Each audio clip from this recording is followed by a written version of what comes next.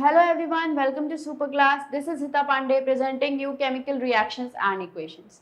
इससे पहले हमने अपना पहला लेक्चर किया है इस चैप्टर का. आज हम इसके आगे की चीजें स्टार्ट करने वाले हैं. थैंक यू सो मच जिन भी बच्चों ने हमारा पहला लेक्चर देखा था और उसका फीडबैक भी दिया. बट एक रिक्वेस्ट है, आपको जैसा भी लग रहा है लेक्चर, आप फीडबैक जो है यूट्यूब के कमेंट में कर दिया करो. ठीक है, ऐसा नहीं बोल रही हूँ मैं आपको अच्छा लग रहा है तभी कमेंट करो. आपको जैसे भी सजेशंस लग रहे हैं, हाँ ऐसा जरूर है, अगर आपको अच्छा लगेगा आप अच्छा कमेंट करोगे तो मैं पढ़ के खुश होंगी. थोड़ा सा सजेशन टाइप होगा या कुछ नेगेटिव सुधार करने के लिए होगा तो उसको पढ़ के मैं उस आगे जो आपको लेक्चर्स मिलेंगे वो हो सकता है उससे ज्यादा उस तरीके से मैं बना करके दूंगा. ठीक है, तो पहली चीज तो एक रिक्वेस्ट है आपसे कि आप YouTube में जो है कमेंट में अपना जो भी सजेशन है, जैसा भी आपका फीडबैक है किसी पर्टिकुलर वीडियो को लेके, आप कमेंट में डाल दिया करो. ठीक है. अच्छा, सेकेंड चीज देखो, फर्स्ट जो लेक्चर था हमारा उसमें हमने आपको सारी चीजें का इंट्रो करवाया था कि क्या केमिकल. सबसे पहले हमने आपको बताया था फिजिकल चेंजेस क्या होते हैं, फिजिकल चेंजेस और केमिकल चेंजेस का पूरा इंट्रो किया था हमने. फिर हम केमिकल रिएक्शंस को समझे थे क्या होते हैं. ठीक है, फिर मैंने आपको केमिकल इक्वेशन समझाए थे, कुछ डेली लाइफ एग्जांपल्स और आपकी एनसीईआरटी में कुछ जो एग्जांपल्स लेके हैं उनको मैंने करवाया था. ठीक है, अब आज से जो हमारा लेक्चर स्टार्ट होने जा रहा है इसमें मैं आपको आंसर राइटिंग के हिसाब से ही करवाऊंगी. ठीक है, इसमें मैं क्वेश्चंस इंक्लूड करूंगी आपकी एनसीईआरटी के, साथ ही साथ आपके ये जो 2023 में जो सीबीएसई का एग्जाम हुआ था उसके प्रीवियस ईयर क्वेश्चंस भी ऐड होने वाले हैं. ठीक है, तो आप ऐसा मत सोचो कि सिर्फ थ्योरी करवाई जाएगी. आपको थ्योरी, उसके साथ साथ एनसीईआरटी में जितने भी वो चैप्टर के बीच बीच में क्वेश्चंस दिए जाते हैं वो, साथ ही आपको एकदम लेटेस्ट प्रीवियस ईयर क्वेश्चंस में हर टॉपिक के बात करवाऊंगी. ठीक है, और उसके बाद जब हमारा चैप्टर पूरा थ्योरी कवर कर लेंगे हम लोग पूरा चैप्टर का, तब लास्ट में मतलब खत्म होने के बाद ऐसा करेंगे कि एक वन शॉट वीडियो आपको पूरा जो है उसका मैं करवा दूंगी, पूरे चैप्टर का एक वन शॉट वीडियो करवाऊंगी. ठीक है, उसके बाद हम लोग एनसीईआरटी के क्वेश्चन, क्योंकि आपको रिवीजन चाहिए होगा ना पूरे चैप्टर को पढ़ने के बाद. क्या होता है ना, हमने आगे पढ़ा हम पीछे वाली चीज भूल गए, तो क्या करूंगी इसके बाद एक वन शॉट रिवीजन हो जाएगा. उसके बाद जो है एनसीईआरटी के क्वेश्चंस करेंगे हम लोग, और उसके बाद जो सबसे ज्यादा इंपॉर्टेंट है एनसीईआरटी नहीं, सीबीएसई की प्रीवियस ईयर क्वेश्चंस. तो एनसीईआरटी के क्वेश्चंस को करने के बाद मैं एक लेक्चर और बना दूंगी आपके प्रीवियस ईयर क्वेश्चंस का. ठीक है, चलो ये हो गई पहली बात. दूसरी बात सुनो, जो भी आपको यहाँ पे लेक्चर्स में करवा रही हूँ, जो भी आपको समझा रही हूँ, ठीक है, इसके आपको नोट्स भी प्रोवाइड हो जाएंगे, पूरे क्लास नोट्स. आपको क्लास नोट्स नहीं, जो भी मैं आपको यहाँ पे करती हूँ, एक्सप्लेन करती हूँ, आपको पूरे डिटेल्ड नोट्स आपको मिलेंगे कहाँ पर, टेलीग्राम पे. आप जिस वीडियो को देख रहे हो आप इसका डिस्क्रिप्शन चेक करोगे तो आपको हमारे इंस्टाग्राम का लिंक, हमारे फेसबुक का लिंक और हमारे टेलीग्राम का लिंक मिल जाएगा. ठीक, अब देखो टेलीग्राम में एक चीज समझ लो, मैं यहाँ पे लिख देती हूँ, पहले आप उसको ध्यान से समझो. देखो, जब आप टेलीग्राम पे ना सर्च करोगे सुपर क्लास 001, तब क्या होगा, आपको दो चीजें खुल करके आएंगी. एक चैनल होगा हमारा और एक ग्रुप होगा. ठीक है, देखो चैनल में वन वे इंटरेक्शन होता है, हम जो भी वीडियोस बनाएंगे या जो भी इंपॉर्टेंट हमें आपके साथ शेयर करना होगा वो हम उस पर करते हैं. साथ ही एक ग्रुप बना हुआ है. ठीक है, वो टू वे इंटरेक्शन है. आपको हमसे कोई भी क्वेश्चन पूछना है, कोई भी डाउट सॉल्विंग करनी है, तो that is a two way interaction way. आप वहां पे हमें मेंशन कर दोगे, जिससे भी आपको डाउट पूछना है आपको आंसर मिल जाएगा. ठीक है, तो आप हमारे टेलीग्राम ग्रुप को और चैनल को जरूर ज्वाइन कर लेना. ये जब आपका ये वाला लेक्चर हो जाएगा, आप डिस्क्रिप्शन में जाओगे, वहां पे भी आपको लिंक मिल जाएगा, आप सर्च भी कर सकते हो इस नाम से, वैसे भी आपको मिल जाएगा. आपको हमारे नोट्स वहां पे मिल जाएंगे. दूसरा, इसी तरीके से आप अगर इंस्टाग्राम पे सर्च करोगे सुपर क्लास 001, तो वहां पे आपको हमारा इंस्टाग्राम हैंडल मिल जाएगा. आप उसको क्यों फॉलो करोगे, क्योंकि आपको वहां पे बहुत इंटरेस्टिंग एक्सपेरिमेंट्स देखने को मिलेंगे. आपके एनसीईआरटी में जितनी भी एक्सपेरिमेंट्स हैं उनमें से बहुत से इंटरेस्टिंग एक्सपेरिमेंट्स मैंने और विमल सर ने मिलकर के निकाले, वो आपको वहां पे देखने के लिए मिलेंगे. ठीक है, तो आप चाहो तो आप टेलीग्राम और इंस्टाग्राम पे हमारे साथ जुड़ सकते हो. यूट्यूब पे तो आप हो ही. ठीक है, ये कुछ इंपॉर्टेंट बातें थी जो आपके साथ मुझे शेयर करनी थी. ठीक है, अब जो है बिना टाइम वेस्ट किए हम अपने टॉपिक पे आ जाते हैं. ठीक, चलो हमने फर्स्ट रिएक्शन में आपको केमिकल चेंजेस, केमिकल रिएक्शंस अच्छे से एक्सप्लेन किया था। आई डोंट थिंक कि उसमें कोई डाउट मैंने आपके माइंड में छोड़ा था।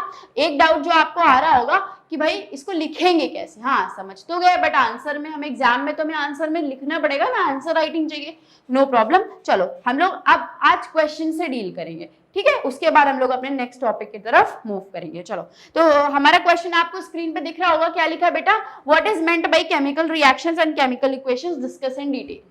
तो पहले तो आप सोचो केमिकल रिएक्शंस क्या होते हैं, क्या होते हैं केमिकल रिएक्शंस, वो होते हैं वो केमिकल चेंजेस जिसमें किसी सब्सटेंस का जो केमिकल कॉम्पोजिशन है वो टोटली बदल जाता है, ठीक है, उस सब्सटेंस की कॉम्पोजिशन बदलने की वजह से क्या होता है, उसकी केमिकल प्रॉपर्टीज में चेंज आता है।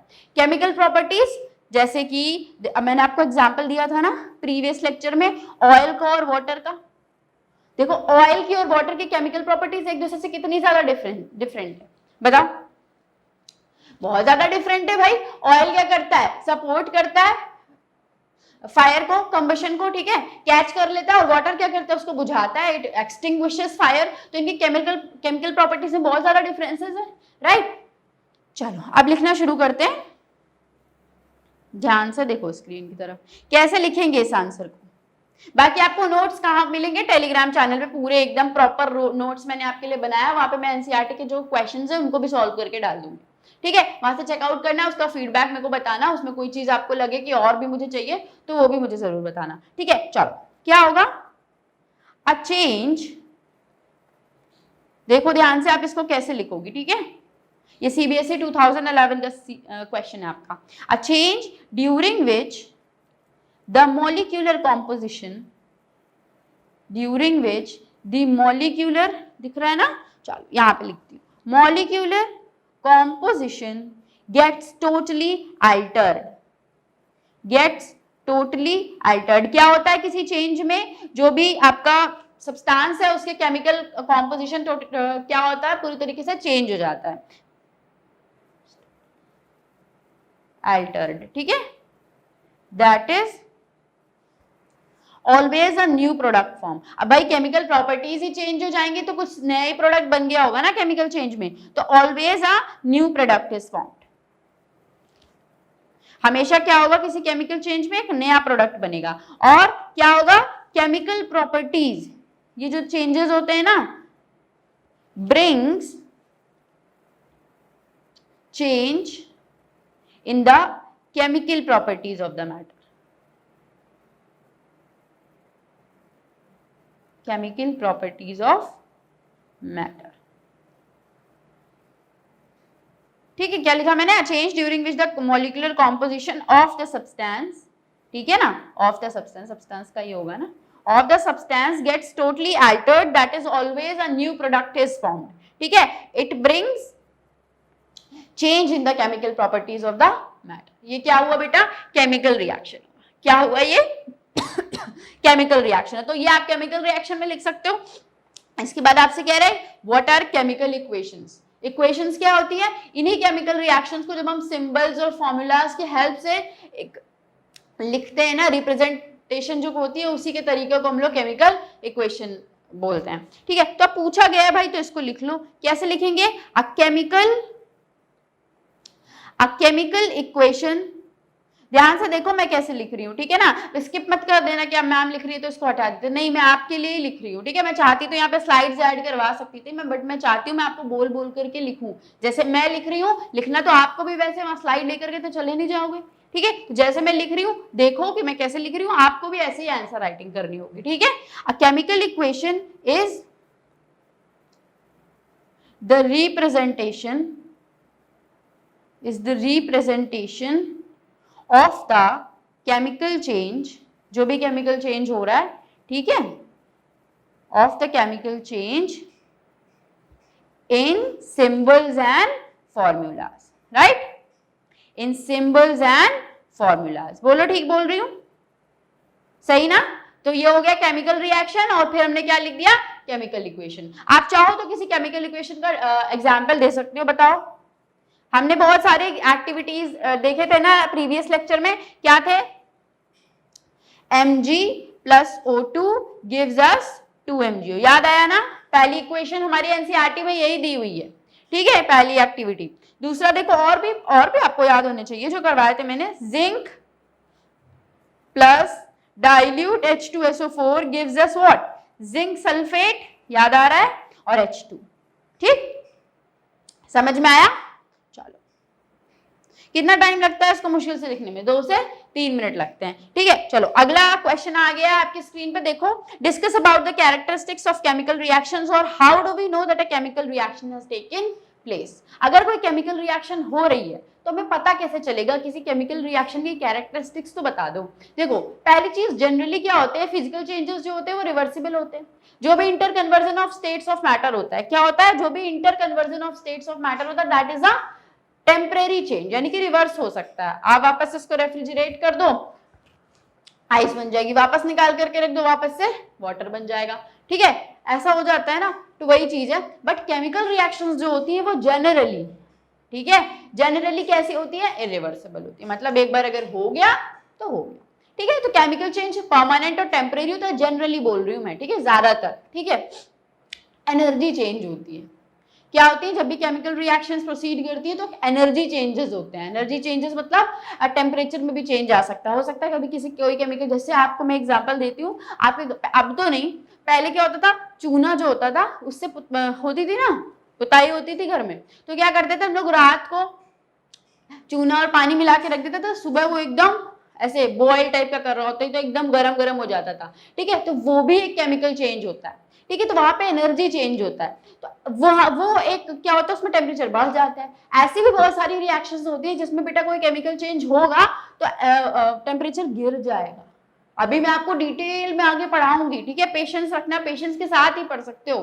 ठीक है, ऐसी रिएक्शंस होती हैं। तो क्या होते हैं बेटा कैरेक्टरिस्टिक्स? पहला मैंने क्या बताया आपको, क्या बताया कि परमानेंट और जनरली परमानेंट और इरिवर्सिबल हो जाएंगी। दूसरा मैंने क्या बोला, मैंने, मैं खुद भूल गई मैंने क्या बोला, हाँ सॉरी, एनर्जी चेंजेस होंगे। ठीक है, एनर्जी चेंजेस हो जाते हैं। Formation of a new product तो होता ही है, ये तो मैं कब से गा रही हूँ प्रीवियस लेक्चर से। ठीक है, तो अब ये बोल रहा है how do we know that a chemical reaction has taken place. और इसके बाद आप नेक्स्ट स्लाइड में क्वेश्चन देखोगे, with the help of an appropriate example justify that some of the chemical reactions are determined by change in temperature, evolution of a gas and change in colour. ठीक है, तो ये दोनों जो आपके questions है, सिमिलर, इनका आंसर ऑलमोस्ट सिमिलर ही है। दोनों वही पूछ रहे हैं कि हमको ये बता दो कि कोई केमिकल रिएक्शन हो रही है तो आपको कैसे पता चलेगा। ठीक है, इन्होंने तो बता ही दिया, दूसरे वाला जो क्वेश्चन है आपका ना, इन्होंने तो बता ही दिया कि ये हो, इसके एग्जाम्पल दे दो। दूसरे वाले ने पूछा है कि आप खुद बताओ, तो चलो मैं पहला लिखती हूँ, दूसरा आप समझ जाओगे अपने आप। ठीक है, तो कैसे पता चलेगा भाई? क्या हो सकता है? कोई गैस का एवोल्यूशन हो जाए। अब आप पूछोगे अच्छा ऐसे मैम एग्जाम्पल तो दो, एग्जाम्पल तो मैं आपको ऑलरेडी बता चुकी हूँ, चलो फिर से बताती हूँ।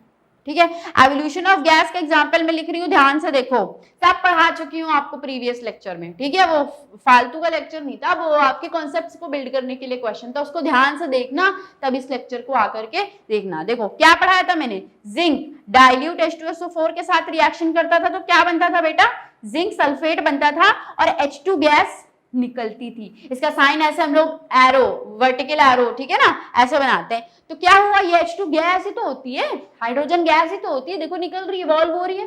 ठीक है, तो अगर ऐसा होगा तो हमें फट से पता चल जाएगा, ये एक साइन है हमारे लिए कि केमिकल रिएक्शन हुआ है। ठीक है, जो दूसरा आपका क्वेश्चन है ना, इसमें यही पूछ रहा है बी वाले में कि कोई एग्जाम्पल दो, यही तो बोल रहा है कि कोई एग्जाम्पल दो एवोल्यूशन ऑफ अ गैस का। तो सेम एग्जाम्पल जो यहाँ लिखा है यहाँ आप टिका सकते हो, यही वाला जो आपने ऊपर लिखा है वो वही लिख सकते हो आप नीचे।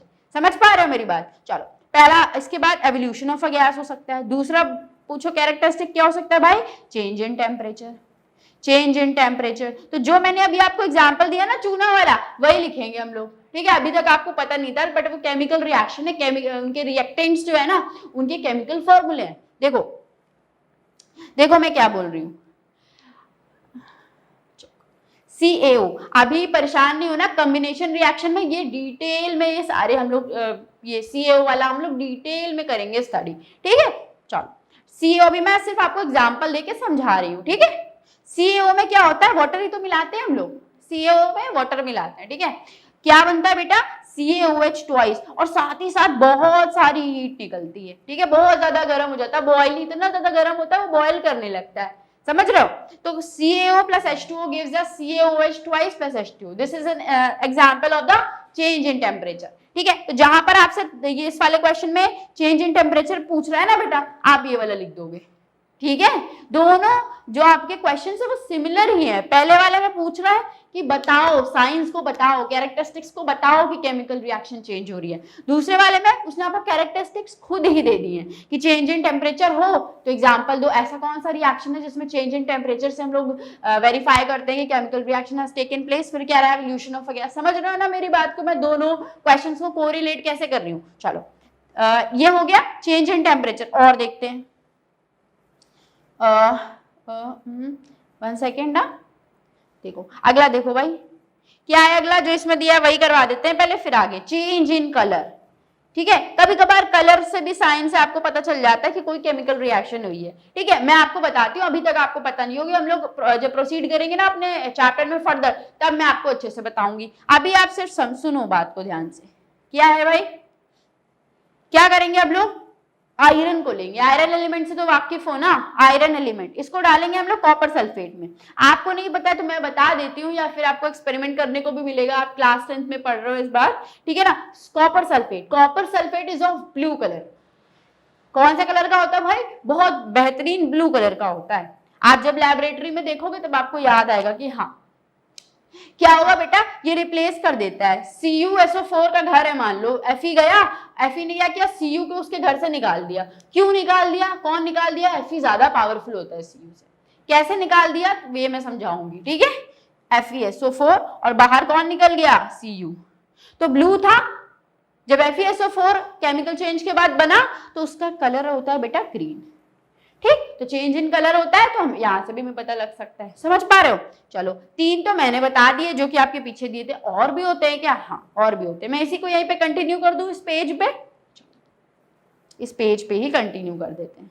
और क्या हो सकता है बेटा, प्रेसिपिटेट बन जाए। अब आप पूछोगे प्रेसिपिटेट क्या होगा, बताती हूँ आपको प्रेसिपिटेट क्या होता है। ध्यान से सुनो, देखो प्रेसिपिटेट एक इनसॉल्युबल सब्सटेंस होता है जो घुलता नहीं है। ठीक है ना, क्लाउडी एकदम। ठीक है ना, टर्बिड सा सोल्यूशन बन जाएगा, वो घुलेगा नहीं, एकदम बैठ जाएगा जाकर के नीचे। आपका कोई सोल्यूशन है मान लो, नीचे जाकर के बैठ जाएगा, एकदम घुलेगा नहीं, अजीब सा स्टिकी सब्सटेंस बन जाता है। ठीक है, तो प्रेसिपिटेट ऐसा कौन सा रिएक्शन है मैम, बताया था आपको लेक्चर 1 में, ध्यान दिया करो। देखो अब बताती हूँ फिर से, देखो क्या रिएक्शन थी बेटा। आप क्या करोगे, लोगे लेड नाइट्रेट को, याद आया, करवाया था लेक्चर 1 में अगर देखा था तो। लेड नाइट्रेट को लेंगे, इसके साथ किसको लिया था हमने, क्या लिया था भाई, KI लिया था ना, पोटेशियम आयोडाइड लिया था ना। क्या बना था, PbI2 बना था, साथ ही साथ पोटेशियम नाइट्रेट बन गया था। याद आ रहा है कि नहीं? तो यहाँ पे इस केस में जो PbI2 होता है ना, जो PbI2 होता है ना, इसका कलर होता है बेटा येलो। कलर से यहाँ मतलब नहीं, और ये प्रेसिपिटेट होता है। ये एकदम जैसे ही ये रिएक्शन होगी, ये प्रेसिपिटेट होके एकदम लास्ट में सॉल्यूशन में बच जाएगा। तो आपको समझ में आ जाएगा, अच्छा PPT बन गई, मतलब कोई ना कोई केमिकल रिएक्शन हुई है। ठीक बेटा, चलो एक लास्ट है, उसको भी समझ लो, कोई डाउट ना बचे, आप डिटेल में इसको लिख सकते हो। ठीक है, और ज्यादा आपको रेफरेंस चाहिए, नोट्स में देखो जाकर के, जो टेलीग्राम पे पड़े हुए हैं उनमें अच्छे से और ज्यादा आपको एक्सप्लेनेशन में आंसर राइटिंग आपको मिल जाएगी। चलो क्या है बेटा अगला, change in state. Change in state, अब आप बोलोगे मैम ये तो inter conversion of states of matter, तो फिजिकल चेंज बोल रहे थे आप। फिजिकल चेंज, ये दैट इज इंटर कन्वर्जन, मतलब कोई सेम सब्सटेंस है, वाटर। ठीक है, आइस से क्या हो जाएगा, वाटर। ठीक है, आइस से क्या होगा, वाटर, वाटर से वाटर वेपर। समझ रहे हो ना, सॉलिड से लिक्विड, लिक्विड से गैस, ये सब है सेम ही सब्सटेंस के inter conversion of states of matter. ठीक है, और साथ ही में अगर आप किसी अलग, मतलब जैसे अभी मैं आपको एग्जांपल देती हूँ, देखो क्या है बेटा। ठीक है, तो चेंज इन स्टेट की बात कर रहे थे हम लोग। ठीक है, इंटर कन्वर्जन ऑफ स्टेट्स एक ही सब्सटेंस के लिए बात हो रही होती है। ठीक है ना, इंटर कन्वर्जन मतलब एक सब्सटेंस दूसरे स्टेट में, दूसरे स्टेट में, दूसरे स्टेट में। समझ पा रहे हो बेटा? और यहां पर जिसकी मैं बात कर रही हूं ना, वो क्या हो रहा है, CO। ठीक है, CO गैसियस स्टेट में होता है। गैसियस स्टेट समझते हो ना, गैस। ठीक है, आपने पहले 9th में पढ़ा होगा अच्छे से। ठीक है, 2H2, H2 क्या होता है, गैस होता है सॉलिड होता है, गैस होता है, ठीक है। क्या करेंगे हम लोग, ये जब मिक्स होगा, जो कंबाइन करेगा तो CH3OH, ये लिक्विड स्टेट का होता है। देखो हमने दो रिएक्टेंट्स डाले, दो रिएक्टेंट्स मतलब जो दो कंबाइन कर रहे हैं उनको लिया, वो गैसियस स्टेट में थे, और जो फाइनली हमें जो प्रोडक्ट मिला है, जो हमें फाइनली जो अपना प्रोडक्ट मिला है वो कैसा, लिक्विड स्टेट में, ठीक है। तो ये एक और साइन है कि chemical reaction has taken place. चलो इतना हम लोगों ने देख लिया। नेक्स्ट आ रहा है नीड टू बैलेंस इक्वेशंस, ठीक। ये जो केमिकल इक्वेशन मैंने आपको लास्ट लेक्चर में बताई थी, जिसको अभी मैंने आपको लिखवाया भी है कि केमिकल इक्वेशन क्या होती है, जरा ध्यान से देख लो, मैं स्लाइड्स आपके लिए लगा करके दे रही हूँ। What is a chemical equation? A chemical equation is the representation of the chemical change in its symbols and formulas. यही बताया था केमिकल इक्वेशन में मैंने। चलो अभी हम लोग देखते हैं नीड टू बैलेंस, ये क्या है मैं बताती हूँ। सबसे पहली एक्टिविटी में जो हमने इक्वेशन लिखी थी उसको लिखते हैं पहले। यहाँ पर इक्वेशन ही लिख रहे थे ना, चलो कैसे लिखेंगे मैं आपको समझाती चलती हूँ, ठीक है। देखो ध्यान से, Mg में क्या था, ऑक्सीजन, Mg को बर्न किया था, Mg रिबन को बर्न किया था ऑक्सीजन में, क्या बन गया था वहां से, मैग्नीशियम ऑक्साइड बन गया था, याद है, याद होना चाहिए, ठीक है। ये 2 और यहाँ पे सॉरी अभी तो आपको पता ही नहीं कि क्यों, ठीक है, तो ये बना, ठीक, Mg + O gives us MgO, ठीक। अभी जरा सा आप देखो ध्यान से, आपको एटॉमिक मास तो पता है ना, कैसे निकालते हैं एटम का मास, पता है ना। Mg का कितना होता है बेटा, 24 होता है। एटॉमिक मास कितना होता है इसका, 24। O2 का कितना हो जाएगा, O का होता है 16, 16 × 2 32 हो जाएगा। MgO का कितना हो जाएगा, 24 + O का होगा 16, तो ये कितना आएगा बेटा, 40 हो जाएगा, ठीक है। इधर जरा ऐड करो दोनों को, 4 + 2 6, 3 + 2 5, इधर आ रहा है 56 लेफ्ट हैंड साइड में, और इधर आ रहा है कितना, 40, तो आप अलग अलग नहीं है। और आपने क्लास 9th में एक लॉ पढ़ा था, law of conservation of mass, पढ़ा था कि नहीं पढ़ा था। Law of conservation of mass क्या बोलता था कि किसी भी केमिकल चेंज में, कभी भी रिएक्टेंट्स में, मतलब जो भी इनिशियल सब्सटेंस आप लोगे, मैंने आपको रिएक्टेंट प्रोडक्ट समझाया ना पिछले लेक्चर में, मैं यूज कर सकती हूँ ना इन टर्म्स को। रिएक्टेंट्स जो होते हैं और उनसे मिलकर के जब प्रोडक्ट बनेगा तो इनके मास में कोई भी डिफरेंस नहीं आना चाहिए, क्योंकि हमें law of conservation of mass ने बताया that mass can neither be created nor it can be destroyed. याद है ना आपको ये बात। तो यहाँ पर ऐसा 56 और 40 मतलब कुछ गड़बड़ है, तो हमको इस वजह से इस लॉ की, ये आपसे सीबीएसई ने प्रीवियस ईयर में पूछा हुआ है, ठीक है, 2012-13 में, ठीक है ना, क्या कि किस लॉ के वजह से हमको नीड ऑफ बैलेंसिंग हो जाती है, need of balancing of chemical equations, ठीक है। तो हमें क्या करना पड़ेगा, इसको बैलेंस करना पड़ेगा। किस वजह से करना पड़ेगा ये समझ में आया, क्योंकि law of conservation of mass valid नहीं हो रहा है इस इक्वेशन में, इस वजह से हमको इसको बैलेंस करना पड़ेगा। अभी मैं 56 और 40 को हटा दूं, ठीक है। अब बात उठती है मैम बैलेंसिंग करेंगे कैसे, कैसे इसकी होगी बैलेंसिंग, तो मैं आपको समझाती हूँ कि इसकी बैलेंसिंग आखिर होगी कैसे। चलो बैलेंसिंग ऑफ केमिकल इक्वेशन, इसी सबसे छोटी आपकी सिंपलेस्ट से स्टार्ट करते हैं। देखो आपको देखना क्या है बैलेंसिंग करने के लिए, आपको मास जोड़ जोड़ के देखना है नहीं, आपको देख बिना मास जोड़े भी समझ में आ जाएगा। क्या करो, एक टेबल क्या बार बार तो नहीं बनाओगे, बट स्टार्टिंग में बना लेना, बाद में आपको देख कर ही आइडिया लग जाएगा, ठीक है। Mg है इसमें, लेफ्ट हैंड साइड में देखो कौन कौन है, Mg है और O है, और तो कोई नहीं है ना, और कोई एलिमेंट तो प्रेजेंट है नहीं लेफ्ट हैंड साइड में, तो Mg लिखो, O लिखो। अब आप इधर लेफ्ट LHS वाला लिखना, इधर RHS वाला लिखना, ठीक है। LHS में Mg कितने, 1, ऑक्सीजन लेफ्ट हैंड साइड में कितने, 2, O2 है ना, 2 हुए ना, तो 2।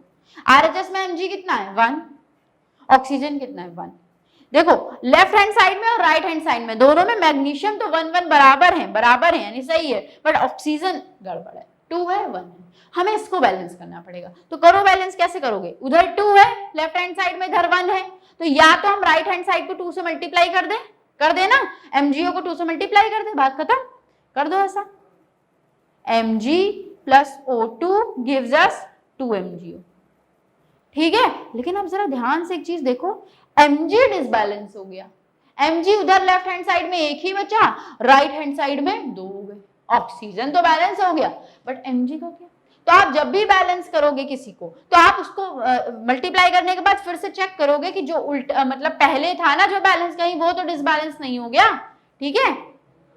इसको बोलते हैं हम लोग हिट एंड ट्रायल मेथड, इस मेथड को हिट एंड ट्रायल मेथड बोलते हैं, जिसमें आपको बारी बारी चेक करना पड़ता है कोफिशिएंट्स। ये कोफिशिएंट है बेटा 2, कोफिशिएंट्स लगा लगा के आपको चेक करना पड़ता है। बैलेंस हुआ, अच्छा ये बैलेंस हुआ, इस पिछला वाला जो बैलेंस था उससे वो तो डिसबैलेंस जैसे यहाँ पर हो गया, वो बैलेंस हुआ, mg डिसबैलेंस हो गया। तो क्या करना है, सीधा mg को भी 2 से मल्टीप्लाई कर दो लेफ्ट हैंड साइड पे। देखो 2mg plus O2 gives us 2mg, mgO भी 2 left hand side, right hand side में ऑक्सीजन भी 2 दोनों तरफ। ये क्या हो गई बेटा हमारी बैलेंस्ड केमिकल इक्वेशन आ गई। मैंने अभी आपको सिंपलेस्ट लेकर के दिखाया है, सिंपलेस्ट। मैं इसको बता करके इस टॉपिक को खत्म नहीं कर दूंगी, ठीक है ना। आगे हम लोग ढेरों एग्जांपल्स करेंगे, एनसीईआरटी के क्वेश्चंस करेंगे, आपकी पूरी प्रैक्टिस करवा दूंगी मैं इस लेक्चर में। इस वजह से ये लेक्चर हल्का सा लेंदी हो जाएगा, बट आप समझ रहे हो ना कि आपको अगर कुछ चीज समझनी है, ऐसा समझनी है कि आप उसके क्वेश्चंस बोर्ड्स में कर सको, तो अब आप अगर आप सोचो कि कोई हम ट्रिक सीख लेंगे या शॉर्ट वीडियो को प्रेफर करेंगे जो जल्द, तो वो बेवकूफी है आपकी, ठीक है ना। कि आप जल्दी से देख लोगे, उसमें कुछ एग्जांपल्स लिए जाएंगे, पूरी चीजें नहीं बताई जाएंगी, आप आधी चीज समझोगे, आपको लगेगा हमारा टॉपिक कंप्लीट है, ठीक है। शॉर्टकट नहीं हो सकता, ठीक है। तो थोड़ी सी वीडियो लेंदी हो जाएगी क्योंकि मैं आपको बैलेंसिंग के बहुत ढेर सारे क्वेश्चंस करवाने वाली हूँ, बट अब आप जब इस वीडियो को पूरा देख लोगे तो आप किसी भी तरीके की केमिकल इक्वेशन को इजीली बैलेंस कर दोगे, आपको पूरा आइडिया होगा। उसके बाद भी आपको कुछ एग्जांपल्स की प्रैक्टिस खुद से भी करनी पड़ेगी, उसके बाद ये लेक्चर आपका पक्का हो जाएगा। समझ पा रहे हो? चलो मैंने आपको बहुत सिंपलेस्ट एग्जाम्पल लेकर के दिखाया, अगला लेकर के दिखाती हूँ। जो 3 एक्टिविटीज हमने लेक्चर 1 में डिस्कस की थी ना, उन्हीं को लेकर के दिखा रही हूँ बारी बारी, ठीक है। अगला देखो क्या था, मैं इसलिए बार बार लिख रही हूँ, आपको ये एनसीईआरटी की इक्वेशंस एकदम पक्की से लर्न हो जाएंगी, आपको करनी नहीं पड़ेगी लर्न लेकर के कि हाँ, आपको अपने आप ही दिमाग में बैठ जाएगी, क्योंकि हमने इतनी बार इनको उठा उठा के हर कॉन्सेप्ट में देखा है, ठीक है। ये आ गया, वैसे करें, चलो टेबल बनाते हैं अलग कलर से, आपको बढ़िया से विजिबल हो जाएगी। जिंक है, लेफ्ट हैंड साइड में सिर्फ देख लो भाई, राइट हैंड साइड में एटम्स अपीयर या डिसअपीयर तो होते नहीं है, जो लेफ्ट हैंड साइड में वही रीअरेंज होकर के राइट हैंड साइड में बैठा होगा, तो सिर्फ एक चाहे राइट में चाहे लेफ्ट में देख लो, उसकी टेबल बना लो। लेफ्ट में देख लो, जिंक है, H है, S है, O है, 4 एलिमेंट है इस बार, ठीक है, कोई बात नहीं। लेफ्ट हैंड साइड का कॉलम बनाओ, राइट हैंड साइड का कॉलम बनाओ, ठीक। लिखो लेफ्ट हैंड साइड में कौन है, जिंक है 1, राइट हैंड साइड में कितना है जिंक 1, हाइड्रोजन लेफ्ट में 2, राइट में भी 2, सल्फर इधर कितनी 1, राइट हैंड साइड में कितनी 1, ऑक्सीजन लेफ्ट हैंड साइड में कितने 4, राइट हैंड साइड में कितने 4। लो कोई प्रॉब्लम नहीं है। तो हमेशा किसी केमिकल इक्वेशन को देख के सीधे ही बैलेंसिंग करने मत लग जाना, हमेशा एक इक्वेशन को देखने के बाद ये सोचना कि क्या ये पहले से ही बैलेंस तो नहीं है, ऐसे चेक करते हैं, ठीक। तो ऐसी ये इक्वेशन इज ऑलरेडी बैलेंस्ड, और जब कोई इक्वेशन जैसे ऊपर वाली ये जो इक्वेशन थी ना कि Mg + O2 gives us MgO, तो ये बैलेंस नहीं थी, इसको हमने बैलेंस किया था। तो ऐसी जो इक्वेशन होती है जो बैलेंस नहीं होती है, ऐसी इक्वेशन को हम लोग बोलते हैं skeletal chemical equation. What do we call it बेटा, स्केलेटल केमिकल इक्वेशन, राइट। चलो बैलेंसिंग समझ में आई। अभी हम लोग एक बढ़िया सा एग्जांपल लेते हैं आपकी एनसीईआरटी का, ठीक है। यहाँ पे इसी को इरेज करके समझा दूं यहाँ पर, चलो ये तो मैंने बहुत सिंपलेस्ट एग्जांपल से लेकर के आपको समझाया कि बैलेंसिंग करनी भी है या नहीं, नीड भी है कि नहीं, कैसे चेक करोगे, ठीक है। अब एक प्रॉपर एग्जांपल जो कि एनसीईआरटी में भी मेंशन है उसको लेते हैं। चलो लिखती हूँ, क्या है भाई वो, Fe + H2O gives us Fe3O4 + H2। This is the example of your NCERT, ठीक है। इसको हम लोग बैलेंस करते हैं, पहले चेक करते हैं बैलेंस है कि नहीं है। तो यहाँ पर लिखो कौन कौन है भाई, लेफ्ट हैंड साइड में Fe है, H है, O है। इसको बेटा स्टेप 1 करके ऐसे लिखूं, ठीक है, स्टेप 1। चलो पहले लो, Fe है, H है, O है, ठीक। यहाँ पे लेफ्ट हैंड साइड वाले लिख लेना, यहाँ पे राइट हैंड साइड वाले लिख लेना, ठीक। Fe कितना है 1, Fe कितना है 1 लेफ्ट हैंड साइड में, राइट हैंड साइड में कितना है 3, हाइड्रोजन कितना है लेफ्ट हैंड साइड में 2, राइट हैंड साइड में कितना है 2, ऑक्सीजन लेफ्ट हैंड साइड में कितना है 1, राइट हैंड साइड में कितना है 4। डिसबैलेंस है ना बेटा, कौन कौन, आयरन और ऑक्सीजन, ठीक है, इनको बैलेंसिंग करनी पड़ेगी। चलो ये हो गया हमारा स्टेप 2। अब हम इसमें क्या करेंगे, बैलेंसिंग करेंगे। देखो जब ऐसा हो जाएगा ना, तो अब आपको ये समझ में नहीं आएगा मैम किसको पहले बैलेंस करें, हाइड्रोजन तो बैलेंस है, पहले आयरन को कर लें या पहले ऑक्सीजन को कर लें, ये दिमाग में आएगा। तो देखो आपको हमेशा सबसे पहले उस कंपाउंड को, चाहे वो आपको रिएक्टेंट में दिख रहा हो, मैं अपना ये बदल लेती हूँ, आपको चाहे वो रिएक्टेंट में दिख रहा हो चाहे वो प्रोडक्ट में दिख रहा हो, ऐसे कंपाउंड को पकड़ो जो बहुत घना दिख रहा हो। आपको घना समझ रहे हो, बहुत सारे एटम्स दिख रहे हो। मुझे दिख रहा है राइट हैंड साइड में Fe3O4 को जरा गौर से देखो, तो फोकस करो। Fe के 3, ऑक्सीजन के 4, 7 एटम्स प्रेजेंट है। इसको उठा के सबसे पहले करो, ज्यादा कन्वीनियंट रहेगा, ठीक है। तो अब उसमें भी मैम किसको करें, Fe को ले, ऑक्सीजन को ले, ऑक्सीजन को ले लो, 4 है ना, ऑक्सीजन को ले लो। चलो ऑक्सीजन को बैलेंस करते हैं हम, यहाँ पे लिख देती हूँ मैं आपके लिए टू बैलेंस O। इसी तरीके से आपको करना होगा, ठीक। चलो बैलेंस करते हैं ऑक्सीजन को, इधर 1 है इधर 4 है। तो देखो क्या कर सकते हैं, लेफ्ट हैंड साइड में जहां पर ऑक्सीजन है उसको 4 से मल्टीप्लाई कर दें।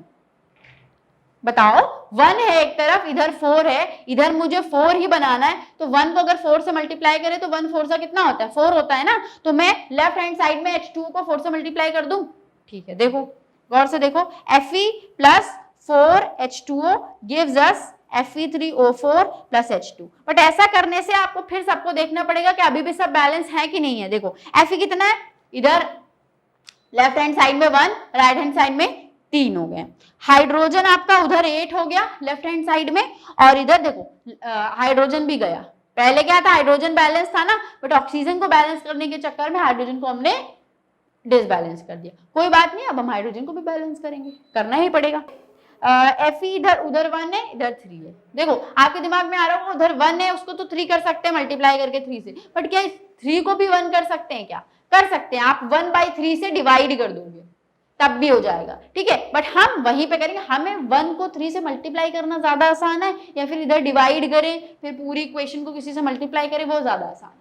बताओ, जब ऑप्शन है तो आप हमेशा यही करोगे कि मल्टीप्लाई करके उसको बिगर बनाने की कोशिश करना, जो ऑलरेडी जहां पे ज्यादा उसको कम करने की कोशिश मत करना। कर सकते हो, खुद ही अपने लिए प्रॉब्लम बढ़ाओगे, फिर उसको मल्टीप्लाई करोगे, एरर के चांसेस बढ़ा लोगे, ठीक है। कर सकते हो आप, मैं करके दिखाऊंगी आपको, ठीक है। चलो देखो यहाँ पे मैंने क्या किया, 3 से मल्टीप्लाई कर दिया। तो आप देखो आयरन उधर 3 इधर भी 3, ऑक्सीजन इधर 4 उधर भी 4, हाइड्रोजन की कहानी बची, 4 हो जाएगा।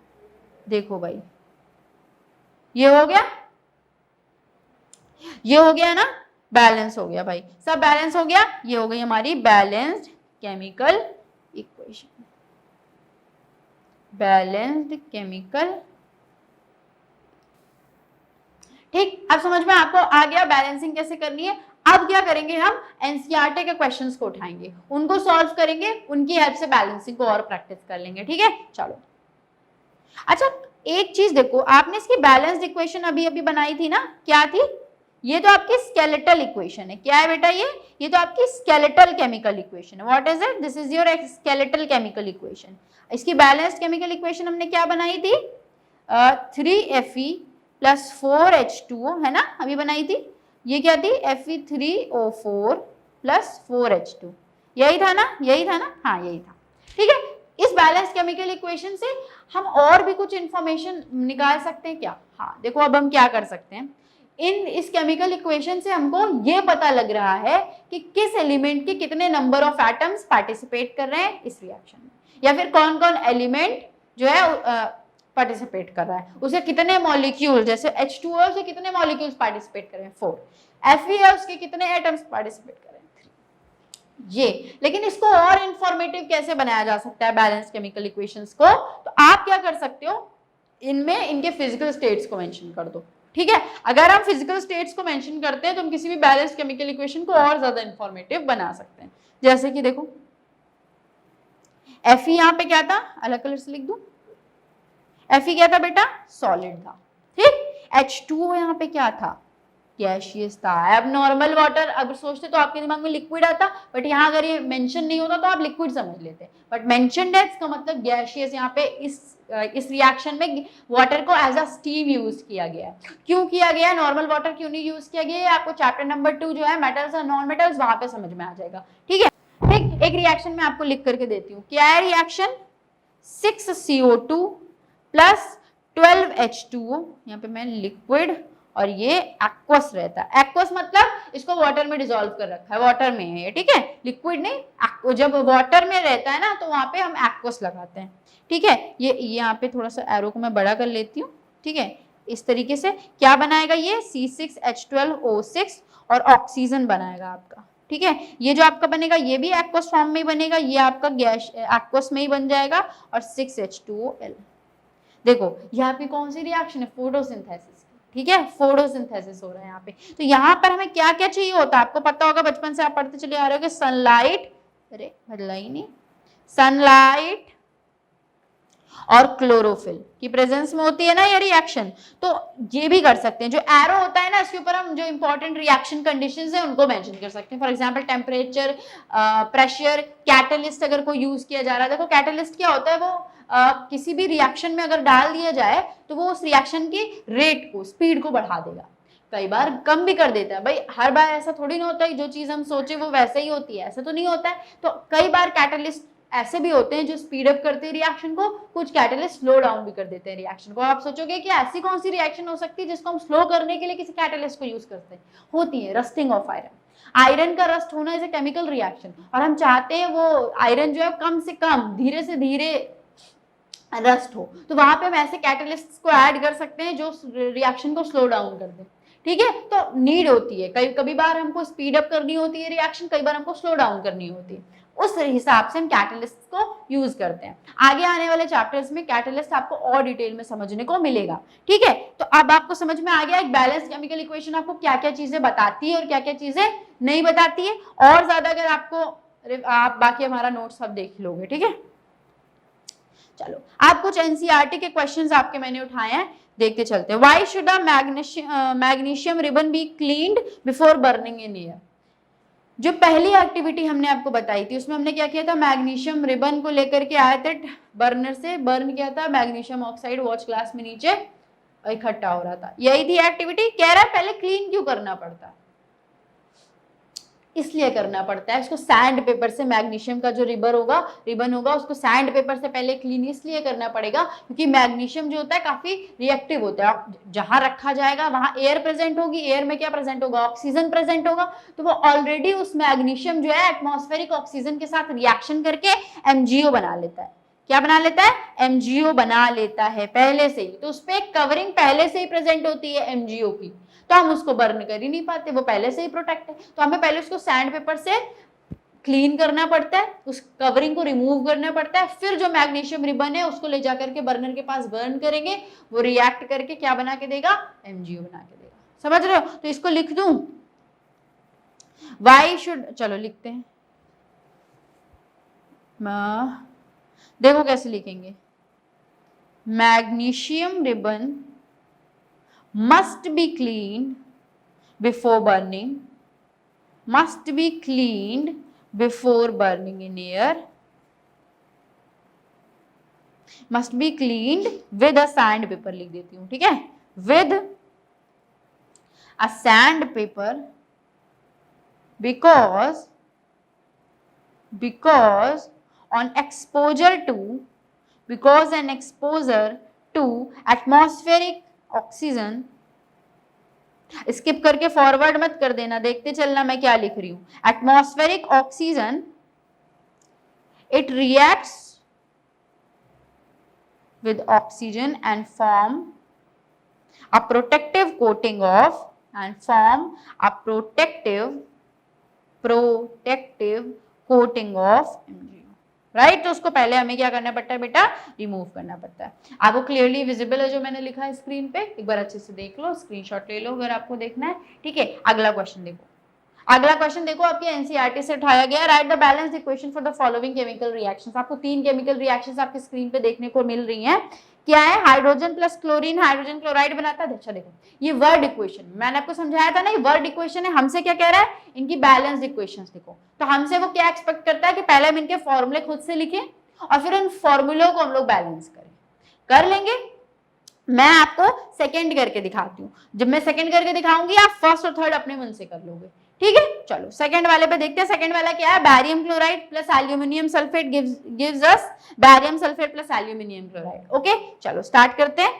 बैरियम क्लोराइड पहले फॉर्मूले बना लेते हैं सबके हम लोग, ठीक है। बैरियम क्लोराइड का फॉर्मूला क्या होता है, देखो फॉर्मूला देखो, बैरियम बी, सिंबल क्या होता है बैरियम का, बी, क्लोराइड Cl बेटा, क्लोराइड क्लोरीन, ठीक है ना, क्लोराइड यहाँ पे इसलिए लिखा हुआ है क्योंकि एनायन है ना, तो माइनस, माइनस में इसलिए यहाँ पे क्लोराइड लिखा हुआ है, तो Cl। ठीक, अब इनके चार्जेस वैलेंसीज यहाँ पे लिखनी पड़ेगी। Ba की कितनी होती है +2, Cl ये कितनी होती है -1। ये सब आपको क्लास 9 में आपको वैलेंसीज पढ़ाई जाती हैं। ठीक है, मैं अगर आपको क्लास 9 में जब हम लोग एटम्स एंड मॉलिक्यूल्स पढ़ेंगे तब मैं आपको वहां पर अच्छे से समझा पाऊंगी। ठीक है, क्या करते हैं बेटा, क्रिस क्रॉस हो जाता है, क्रिस क्रॉस हो जाएगा और BaCl2 फॉर्मूला बन गया। एल्यूमिनियम सल्फेट देखो, Al एल्यूमिनियम का Al, सल्फेट का फॉर्मूला, सल्फेट रेडिकल का फॉर्मूला SO4, याद है। इनके चार्जेस लिखो +3 -2, क्रिस क्रॉस करवा दो, Al2SO4 थ्राइस, बना फॉर्मूला। अगला देखो, प्रोडक्ट की तरफ आ जाओ, barium sulphate, barium Ba sulphate अभी तो बताया SO4, इनके चार्जेस को लिखो +2 -2, आपस में क्रिस क्रॉस करवा दो। देखो Ba2SO4 यही होगा। देखो पहली बात तो ये गलती मत करना कभी, जो मैं आपको बता रही हूँ, ऐसे मत करना कि Ba2SO4 नहीं, पहली बात तो ये गलत है। तो दूसरी बात आप सोचोगे कि अच्छा ऐसे नहीं करना है क्या, तो मैम ऐसे कर देंगे। हाँ सही है, बट इस केस में गलत है। क्यों? क्योंकि Ba भी2 सल्फेट भी 2, तो ऐसा जब ये दोनों इक्वल हो जाए तो मतलब एक तरीके से हमें रेशियो चाहिए होता है, तो हम क्या करेंगे, दोनों को रिमूव कर देंगे। ऐसे 3 आ जाता तब भी ऐसे लिख देते हैं हम। ठीक है, अगला एल्यूमिनियम क्लोराइड, तो कौन आएगा, Al, यहाँ पे Cl, Al और Cl, Al का वैलेंसी +3, Cl का वैलेंसी -1। अच्छा ये जो प्लस माइनस आप सोच रहे हो ये क्यों नहीं आ रहा क्रिस क्रॉस करने पे, तो हम सिर्फ मैग्नीट्यूड्स को कंसीडर करते हैं। ठीक है, जैसे BaCl में ही ले लो, +2 और -1 था ना, तो आप बोलोगे कि यहाँ पे -1 को क्यों नहीं लिया, हम सिर्फ मैग्नीट्यूड को कंसीडर करते हैं। चार्जेस वो ये दिखा रहे हैं, उनकी इलेक्ट्रोपॉजिटिविटी और उनकी इलेक्ट्रोनिगेटिविटी को दिखा रहे हैं वो। ठीक है, वो बाद में आपको डिटेल में डिस्कस करेंगे हम चैप्टर 9 में। ठीक है, चैप्टर 9 नहीं, क्लास 9 के चैप्टर 3 में। ठीक है, अब इसको क्रिस क्रॉस कर दो, क्या हो जाएगा, AlCl3। बना लिए हमने सबके फॉर्मूले। अब सबके फॉर्मूले बन गए, वर्ड इक्वेशन हमें दी हुई थी, इन फॉर्मूला बन गए, मतलब हमारी केमिकल इक्वेशन तो रेडी हो गई है, स्केलेटल केमिकल इक्वेशन। हम चेक करेंगे कि ऑलरेडी बैलेंस है कि नहीं है। अगर ये ऑलरेडी बैलेंस है फिर तो कोई बहुत अच्छी बात है, नहीं बैलेंस है तो हम इनको बैलेंस कर लेंगे। किस मेथड से, मैंने आपको कौन सा मेथड बताया, हिट एंड ट्रायल मेथड। ठीक है, चलो इसको मैं इरेज कर दूं, या फिर काफी स्पेस है हमारे पास, इरेज करने की कोई जरूरत है नहीं। चलो इन फॉर्मूला को लिख लेते हैं बारी बारी।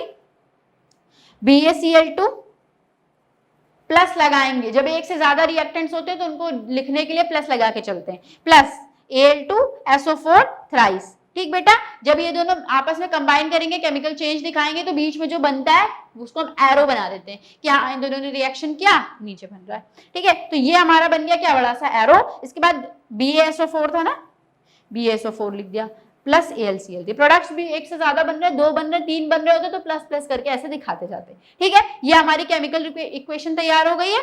ठीक, चलो अब इसके बाद हमको चेक करना है if it is already balanced और नॉट। चलो देखो, एलिमेंट लिखेंगे, स्टेप 1 वही हमारा घटिया सा स्टेप 1। चलो कौन कौन से एलिमेंट्स है, मैंने आपको बोला सिर्फ और सिर्फ लेफ्ट हैंड साइड में देखते चलो, BaCl Al S और ऑक्सीजन। इस बारी 5 एलिमेंट्स हैं आपके केमिकल रिएक्शन में। चलो चेक करो LHS में और RHS में, ऐसा निकल जाए, भगवान से मनाओ कि पहले से बैलेंस निकल जाए, बैलेंस ही ना करनी पड़े। चलो Ba1 है और इधर B1 है, Cl इधर 2 है और इधर 3, लो बैलेंस तो करना पड़ेगा।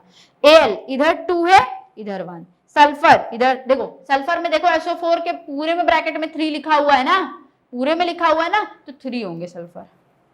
इधर देखो 1 है, ऑक्सीजन उधर कितनी है, ऑक्सीजन देखो O4 है, तो 4 पूरे में ब्रैकेट में 3, तो 4 + 3 नहीं, 4 × 3, 4 × 3 12 हो जाएगा। और ऑक्सीजन राइट हैंड साइड में बेटा 4, मतलब बैलेंस तो करना ही पड़ेगा। ठीक, चलो बैलेंस करते हैं। स्टेप 2 लिखते हैं हम लोग, यहाँ पर क्या लिखते हैं, स्टेप 2 देखो। ठीक है, चलो अब सबसे पहले ये देखते हैं किसको करते हैं, किसको करना है बैलेंस। तो सबसे ज्यादा डेंस तो मुझे रिएक्टेंट में Al2SO4 थ्राइस लग रहा है। इसमें सबसे ज्यादा एलिमेंट्स हैं किसके, एटम्स, ऑक्सीजन के। तो बैलेंस करते हैं हम लोग, ऑक्सीजन से स्टार्ट करते हैं। ठीक है, टू बैलेंस ऑक्सीजन, ऐसे लिख के चलना। ठीक है, टू बैलेंस ऑक्सीजन। चलो ऑक्सीजन को बैलेंस करते, देख लो भाई कितना है, लेफ्ट हैंड साइड में 12 है और इधर 4 है। तो मैं क्या करूं, प्रोडक्ट में आसान होगा ना मुझे मल्टीप्लाई करना, प्रोडक्ट में मल्टीप्लाई करना ज्यादा आसान होगा ना, कर देते हैं। 4 वाले को 3 से मल्टीप्लाई कर देंगे। मैं रिएक्शन लिख लूं एक बारी, रिएक्शन लिख लेते हैं, BaCl2 plus Al2SO4 thrice giving you what? Giving you BaSO4 plus AlCl3। इसमें करते हैं, ठीक है। तो इधर 12 है, इधर कितने 4 हैं, इसको मैं 3 से मल्टीप्लाई कर देती हूँ, मैं इसको इस बार 3 से मल्टीप्लाई कर देती हूँ। 3 से मल्टीप्लाई करने पे क्या हुआ, उधर भी ऑक्सीजन 12 हो गए, इधर भी ऑक्सीजन 12 हो गए। अब सल्फर को करें, सल्फर उधर 3 है, इधर कितने 3, ऑटोमेटिकली बैलेंस हो गया सल्फर। चलो एल्युमिनियम उधर 2 है, इधर कितना है, रिएक्टेंट में 2 है, प्रोडक्ट में कितना है 1 है, इसको भी 2 से मल्टीप्लाई कर लो, ठीक है। अब कौन बच रहा है, बी और सीएल बच रहा है। बी इधर 3 है, दिख रहा है ना, बी इधर 3 है, उधर कितना है 1 ही है, उधर उसको भी 3 से मल्टीप्लाई कर दो। सीएल कितने हो गए, देखो 3 बी है 3 बी है, सीएल कितने हुए हैं उधर 3 into 2 6, रिएक्टेंट में BaCl2 में देखो ना 3 और 2, 3 2 6, राइट हैंड साइड में प्रोडक्ट साइड देखो 6 हो गए बैलेंस्ड। देखने में लग रहा था कि मैम पहले इसकी केमिकल इक्वेशन लिखनी पड़ेगी, बनानी पड़ेगी, फिर बैलेंस ही करने पड़ेंगे, बहुत लंबे स्टेप्स नहीं, कोई भी बड़े स्टेप्स नहीं लगे। और हाँ, इस मेथड को क्या बोलते हैं, हिट एंड ट्रायल मेथड। इस मेथड हिट एंड ट्रायल तो कर रहे हैं, पहले 2 लगा के देख रहे हैं, 3 लगा के देख रहे हैं, इसी को तो बोलते हैं हिट एंड ट्रायल। तो ये हो गया आपका, मैंने आपको ये करवा दिया। अब आप हाइड्रोजन प्लस क्लोरीन का नहीं कर पाओगे, नहीं कर पाओगे, मैं हिंट देती हूँ आपको। हाइड्रोजन का फॉर्मूला क्या लिखोगे, H2 लिखोगे, क्लोरीन का फॉर्मूला क्या लिखोगे, Cl2 लिखोगे। H क्यों नहीं लिखोगे बेटा, हाइड्रोजन H2 मॉलिक्यूल की तरीके से एग्जिस्ट करती है, क्लोरीन भी सेम। हाइड्रोजन क्लोराइड की जगह क्या लिखोगे, HCl। बन गई केमिकल इक्वेशन, बस इसको बैलेंस कर लेना, तो बहुत आसान है। H2Cl2, H किधर है 2 है, प्रोडक्ट में 1 है, 2 से मल्टीप्लाई करना। Cl रिएक्टेंट में कितने 2 है, प्रोडक्ट में कितना है 1 ही है, तो बस क्या करना है आपको, जब प्रोडक्ट में 2 मल्टीप्लाई करना है, हाइड्रोजन क्लोरीन दोनों आपस में बैलेंस हो जाएंगे। तीसरा वाला देख लो, sodium Na, water H2O, sodium hydroxide कितना हो जाएगा NaOH, हाइड्रोजन कितना हो जाएगा H2। कर लेना बैलेंस, कर लेना बैलेंस। और नहीं आता है ना तो क्या करोगे, नहीं आएगा तो YouTube में कमेंट करोगे, मैम मुझे थर्ड वाला नहीं आया। वैसे तो आ जाना चाहिए, बट अगर नहीं आया तो कमेंट करना, तब मैं आपको लेक्चर में बताऊंगी, ठीक है। जो लेक्चर इसके बाद आएगा या मैं आपको बता दूंगी, ठीक है। जैसे आप टेलीग्राम पे भी मुझसे पूछ सकते हो, वहां पे भी मैं आपको तुरंत ही एक्सप्लेन कर सकती हूँ, ठीक है। चलो, तो आपको समझ में आया, हमने अच्छे अच्छे एग्जाम्पल्स लिए। अब बाकी 2 क्वेश्चंस को अटेम्प्ट करने की कोशिश करना, ठीक है। आज ऐसा करते हैं, बैलेंसिंग को अच्छे से समझ ही लेते हैं, थोड़ा सा लेक्चर लेंथी हो जाएगा, बट कोई बात नहीं है, पढ़ने ही तो आए हो ना, लेंथ से थोड़ी ना पढ़ोगे, ठीक है। Right a balanced chemical equation with state symbols for the following reaction. State symbols भी लिखने हैं इस बार, केमिकल इक्वेशन कंस्ट्रक्ट करनी है, फिर साथ साथ उनके स्टेट सिंबल्स लिखते जाने, देन उनको बैलेंस करना है। चलो कर लेते हैं। Barium chloride BaCl2, sodium sulfate Na2SO4 in water react to give us barium sulfate and sodium chloride। कैसे लिख लिया मैंने, कैसे लिख लिया, देखो बैरियम क्लोराइड बना के दिखाऊं, सबके फॉर्मूले बना के दिखाऊं या आते हैं, देखो वैसे ही ना, Ba और Cl, Ba का +2 होता है, इसका -1 होता है, क्रिस क्रॉस हुआ तो BaCl2 हो गया, ठीक है। ऐसे Na का देखो, यहाँ पे Na और SO4 का देखो, Na और SO4 को देखो, दिख रहा है ना आपको अच्छे से बेटा, यहाँ पे मैं इधर खड़ी हो जाती हूँ, ठीक है। देखो NaSO4 को देख लो आप अच्छे से, क्या होता है Na का +1, इसका होता है -2, क्रिस क्रॉस करो हो जाएगा Na2SO4। आप करके देख लिया करो कि क्या पता आप गलत तो नहीं कर रहे हो ना, ध्यान से तो नहीं उतर गया, Na2SO4 हो जाएगा, यहाँ पे प्लस लगा लेना, ठीक है। BaSO4 इस तरीके से। चलो अभी क्या करना है, सामने इसकी केमिकल इक्वेशन तो लिख ली, अब इनके फिजिकल स्टेट्स हमें मेंशन करके दिए उसने क्वेश्चन में। सॉल्यूशंस है, सॉल्यूशन किसमें बनाया गया होगा, वाटर में।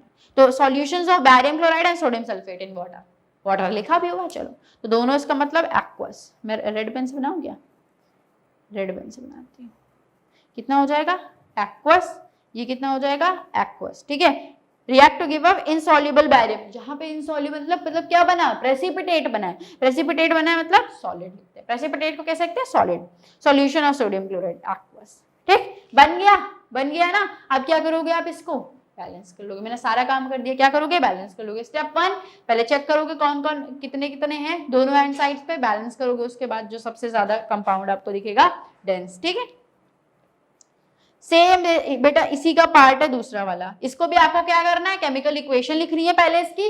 केमिकल इक्वेशन लिखने के बाद उनके फिजिकल स्टेट्स आपको मेंशन करके दिए, देखो लिखा हुआ sodium hydroxide solution in water aqueous reacts with hydrochloric acid solution aqueous to produce sodium chloride solution and water. मैं आपको लिख के देती हूँ, चलो NaOH एक्वस हो जाएगा plus hydrochloric acid solution aqueous giving you sodium chloride solution that means aqueous and water. Water कैसा होगा, वाटर में भी एक्वस लिख दोगे, नहीं वाटर तो लिक्विड ही लेंगे ना। ये आपकी बन गई, इसको बैलेंस कर लो, कर लोगे बैलेंस, बैलेंस कर पाओगे ना, ठीक है ओके। इसको बैलेंस करके दिखा दूं आपको, चलो इसको बैलेंस कर लेते हैं, ठीक है। फिर इस लेक्चर को हम लोग यहीं पे एंड करेंगे, ठीक है। चलो कैसे बैलेंस करेंगे बेटा, सबसे पहले एलिमेंट देखो कौन कौन है, Na है, ऑक्सीजन है, हाइड्रोजन है, Cl है, 4 एलिमेंट्स है। लेफ्ट हैंड साइड में देखो, राइट हैंड साइड में देखो, ठीक। लेफ्ट हैंड साइड में 1 है, इधर कितना है 1 है, ऑक्सीजन इधर 1 है, उधर कितने 1 है, हाइड्रोजन इधर कितने हैं, NaOH में 1 है, HCl में 1 है, एक ही को मत देखा करो, टोटल देखा करो। NaOH में भी 1 है, HCl में भी, तो 2 हो गए टोटल। इधर कितने 2 ही हैं, Cl उधर कितना है 1 है, इधर कितना है 1 है। ये तो एक्चुअली बैलेंस्ड हो गई, ये तो एक्चुअली बैलेंस्ड हो गई, लो काम खत्म। इसीलिए सबसे पहले चेक किया करो कि नीड भी है कि नहीं, सब पहले कंपेयर करो। ऐसा ना हो कि सबसे पहले देख लिया, अच्छा इसमें सबसे ज्यादा एटम्स किसमें है, H2O में लग रहे हैं 3, चलो हाइड्रोजन से शुरू कर देते हैं, कर दोगे गड़बड़ कर दोगे अच्छी खासी इक्वेशन को, बैलेंस्ड को, ठीक है okay. So this is it for your lecture number 2, जिसमें हमने बैलेंसिंग को अच्छे से समझा, एनसीईआरटी के क्वेश्चंस बहुत सारे किए, कुछ प्रीवियस ईयर क्वेश्चंस भी हमने स्टार्टिंग में आंसर राइटिंग वाले डिस्कस किए थे, ठीक है। तो जैसा कि मैंने आपको बताया, अगर आपको लेक्चर अच्छा लग रहा है, आपने पूरा यहाँ तक देखा है, तो उम्मीद करती हूँ आपको काफी चीजें अच्छे से समझ में आऊंगी। तो चैनल को सबसे पहले सब्सक्राइब करो। अगर आप 11th 12th या किसी हायर स्टैंडर्ड में पढ़ते हो और आपको ये रिएक्शन आपको ये वीडियो देखने को मिल रही है, तो आप उन बच्चों को फॉरवर्ड करो जिनको ये पढ़ के हेल्प मिल सकती है, 9th और 10th के बच्चों के लिए, ठीक है। आप इस चैनल को उनको रिकमेंड कर दो। अगर आपको वीडियो अच्छी लगती है शेयर करो, लाइक करो, जो भी सजेशन है आपका आप कॉमेंट कर सकते हो, ठीक है। I will be waiting for your response. Thank you so much, meet you all in our next lecture.